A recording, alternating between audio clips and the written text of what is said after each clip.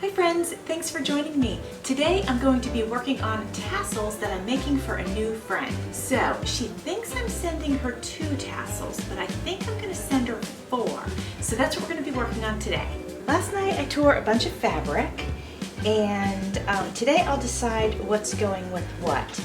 I was thinking I was going to join all 3 of these together, but now I'm thinking I might just do these 2 together and then this by itself with white. And then I'm going to do a fall one, and I'm going to add this, I guess you call it jute. So I'm going to add that to this one.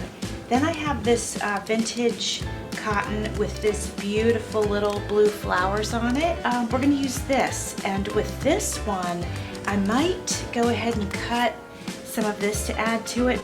I am surrounded by my tassel making goodies, and so I'm going to go ahead and clean off part of the table and begin working on one of the tassels.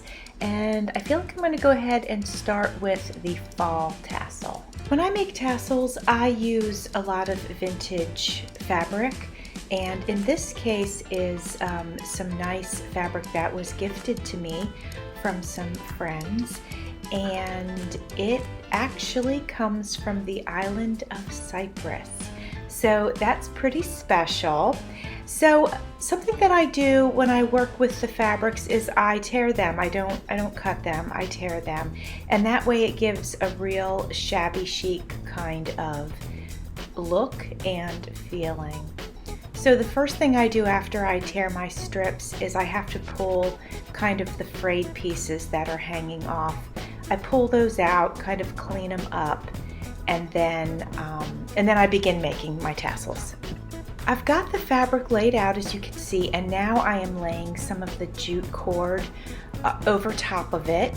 I just want about 6 pieces in this tassel. I don't want it to be overwhelming.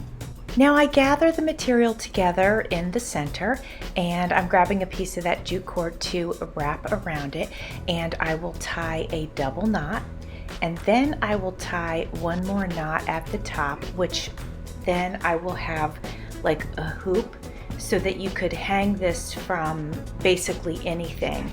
Now, if you wanted to attach this tassel to a book, which a lot of us do that because we make journals and altered books, then you could simply wrap that extra jute around a bowl clip, or tie it around it and then, you know, cut the ends, whatever you wanted to do. The next step, I go ahead and I take either ribbon or lace, or in this case, a piece of the matching fabric, and I tie that around about 1 inch down from the top of the center of the fabric. I hope that makes sense. If it doesn't, just look at what I'm doing here. And at any rate, you know, tying that basically secures everything. The last thing to do in creating my tassels is I have a little bit of fun and I add some embellishments. So in this case, for this tassel, I will be using some wooden buttons. I will be using a really large safety pin that I'm going to thread some crocheted ribbon on. And I'll be attaching all of these little things with bulb pins. And I will do that, I'll kind of place them, but the recipient, if they wanted to or felt like they needed to, could always, because they're on bulb pins, you know, move them around and place them where they wanted.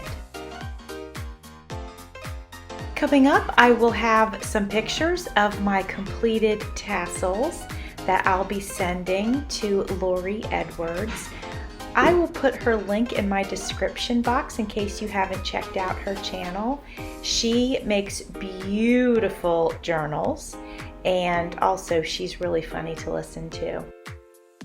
Also in my description box, I have added some discount codes for BB Crafts, and also the links to some of the items that I got through Amazon if you're interested. I hope that you have enjoyed watching me make this tassel. You can see how easy it is. They are so fun to make, at least for me anyway. I love them. I have a little bit of an obsession with them. I always have, even since I was a kid. So anyway, I hope you enjoyed it. If you did, please smash that like button. If you have not subscribed to my page, I would love it if you would do that if you enjoy my content. And as always, thanks for watching. See you soon.